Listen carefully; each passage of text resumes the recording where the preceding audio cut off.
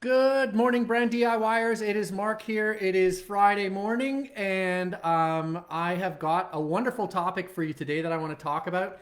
Um, it's actually inspired by a workshop that I'm going to be giving in a couple of weeks for an agricultural tech incubator and accelerator. And we were talking about what we were going to do as a presentation for this accelerator. And it came out that a lot of the people in the group said that they weren't very good at selling.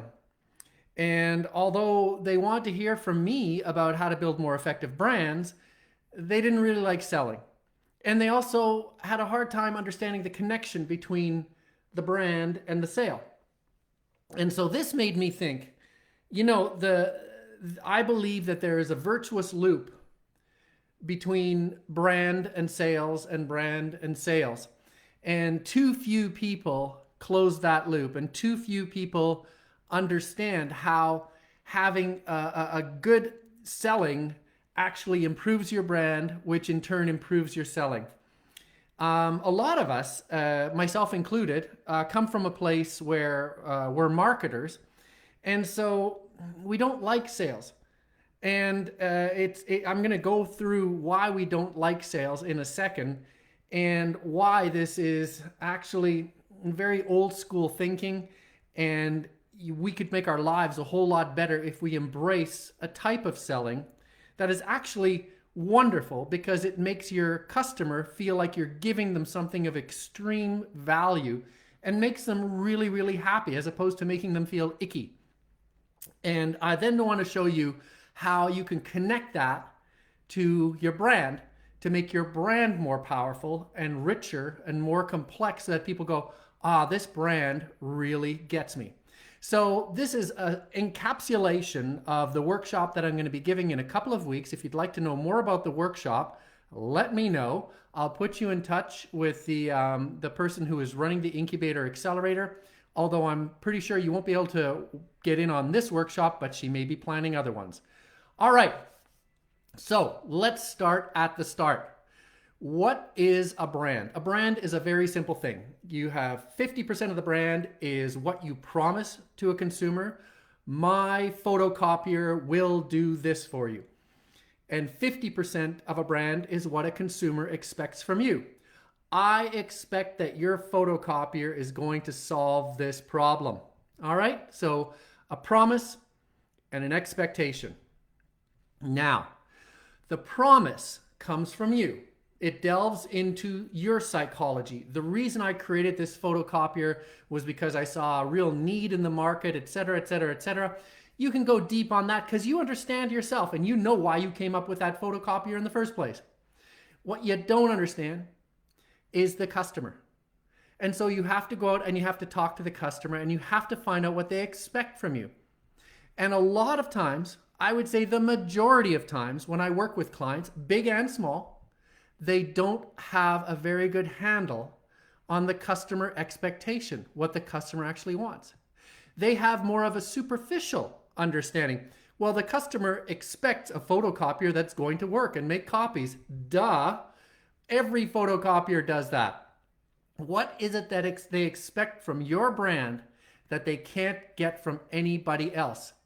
And that is the point where most people go, I don't know. And that's when they bring me in to help them out. So there is a big gap right here where the customer expectation lives, because we don't go deep enough. And you know what? Don't feel bad.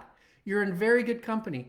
As a founder, as an entrepreneur, this is often your blind spot, because you are inside the brand jar. You are seeing the world from the perspective of your brand, your company. It's very hard to think yourself outside of that jar into the shoes of a customer who has a lot of different things on their mind. Your product, your photocopier, is one of 100 things they're thinking about. They aren't thinking about it the same way you are. So, to improve your brand, you should start by improving the way you understand the consumer. And this is a logjam. This is where a lot of us fall down. Now, let's switch gears. Let's go from brand to selling. I grew up selling TVs for my dad. When I was 14 years old to the time I was 22 years old, I used to sell TVs on weekends and all summer long. So I was born as a salesman. However, I went into marketing and brand, and I sort of went, ooh, sales are kind of icky. You know why? It's not that hard to understand. It's something that's fairly typical. Classic selling is comprised of these things. One, you sit down with the customer, you investigate their needs. Oh, you need a photocopier. You give them the benefits. My photocopier makes great photocopies. You handle objections. Yeah, it's an expensive photocopier, but it lasts really long. And then you close. If you buy today, I'll throw in 100 sheets of paper with the photocopier. Very sort of classic Glengarry, Glen Ross, encyclopedia salesman. This is the way that sales went forever. It's the way I learned how to do sales. And you know what? If you don't like doing sales, it's probably because you're doing them this way. Because you walk in presuming that all you have to do is lay out all the benefits of your product, kind of understand what the customer wants, and then close that sucker. Offer them free stuff. Offer them a limited time to sign. Say that if they sign now, they'll get a gift. It's icky and it's gross and it doesn't work because people are onto it. And so we have a hard time selling, and so we don't sell as much as we should. Now, do you hear any connection there between what I just said about selling and what I just said about understanding consumer expectations as part of your brand? They're exactly the same thing. If you sell and you don't really get what people are looking for, it's really hard to sell, and it's very unrewarding to sell because you really don't understand them. If you don't understand them, you also don't create a strong brand. That's 50% of your brand. So I want to talk to you about this book called Spin Selling. I refer to it way more than I should. I don't get an affiliate deal or anything like that. I just love this book. I love the technology, and it's nothing new, and it works really well. Now, here's how spin selling works.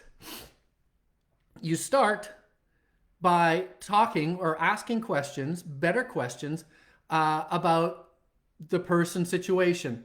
That's kind of like classic sales. So you need to make photocopies. Your photocopiers aren't making great photocopies. That's the situation. That's classic sales. That's okay. Get out of there pretty quickly. The next thing is you assess a problem. Again, classic sales. You have a problem because your photocopiers aren't copying fast enough. That's what you would do in a classic sale as well. You kind of empathize with the person going, I think I understand the very superficial problem that you have. And that's where spin selling departs from classic sales.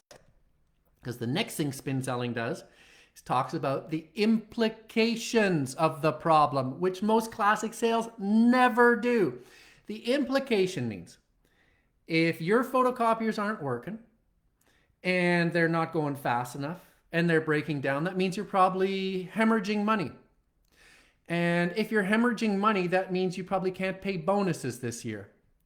And if you can't pay bonuses, you're probably having a hard time hanging on to your employees because other companies are paying bonuses. Do you see where I'm going here? What I'm doing is I am implying things that come out of the problem of not having a good photocopier. And I'm stretching this scenario a little bit, making it a little bit hokey, but I think you get the point that it isn't all about just saying, oh, your photocopier doesn't work, my photocopier will work, buy my photocopier. You go deeper into the psychology of the consumer and the problems they're having because their photocopier isn't working. And the final stage of spin selling, 1, situational questions, S, problem, P, implication, I, N stands for needs payoff. And this is where people start to smile. Because if you have gone deep down into the psychology and the situation of the consumer and go, I think I really get all the different problems and implications of not replacing your photocopier, I get that. And then you turn it around and you say, if we could solve that problem, think of all the side and unknown and unforeseen benefits or needs payoffs that you would get if we fixed your photocopier. So the photocopier becomes this pivot point. You don't fix it, you have cascading problems. You do fix it or get a new one, you have cascading benefits that go far beyond the world of making a photocopy. So if you replace your photocopier, you're going to have more money. You'll be able to pay better bonuses. Better bonuses means you'll be able to attract better people. Plus people will go, wow, look at that photocopier. This must be a forward-thinking company, etc., etc., etc., etc. And throughout all of this, the customer is sitting there going, huh, I never thought of that. I never thought that I'd be able to pay bigger bonuses if I had a better photocopier. Huh, but it's true, you know? And that's what you want to get to. And at that moment, you build a stronger bond of trust with your customer because they think that you get them at a deeper level. Now, remember we started this by talking about brands. If you understand the customer at a deeper level, remember I said at the very beginning, a brand is a promise that you make and an expectation that a customer has. Imagine if you understand the expectation of the customer at the depth that spin selling enables you to go. That you really get that their problem isn't photocopiers, but their problem is how to run a company more effectively, appear more forward thinking, and be able to pay bonuses so they can hang on to employees. Imagine if your photocopier brand gets that. What you're going to create is a brand that is deeper and more complex and richer and aligns on deeper levels with your consumer. So that is what I'm going to be talking about and doing a workshop on in a couple of weeks. And we're going to be exploring that and how that all plays out. So that is, you can inquire about it. I'll give you more information if you want. If you have a group too that wants to go into that, how you can improve your brand and improve your sales and put a smile on everybody's face and make them go, I like doing this selling stuff. I would love to talk more with you about that. So there you go. That is my Friday session. I hope you all have a great weekend and stay tuned for more great stuff on Monday. Talk soon.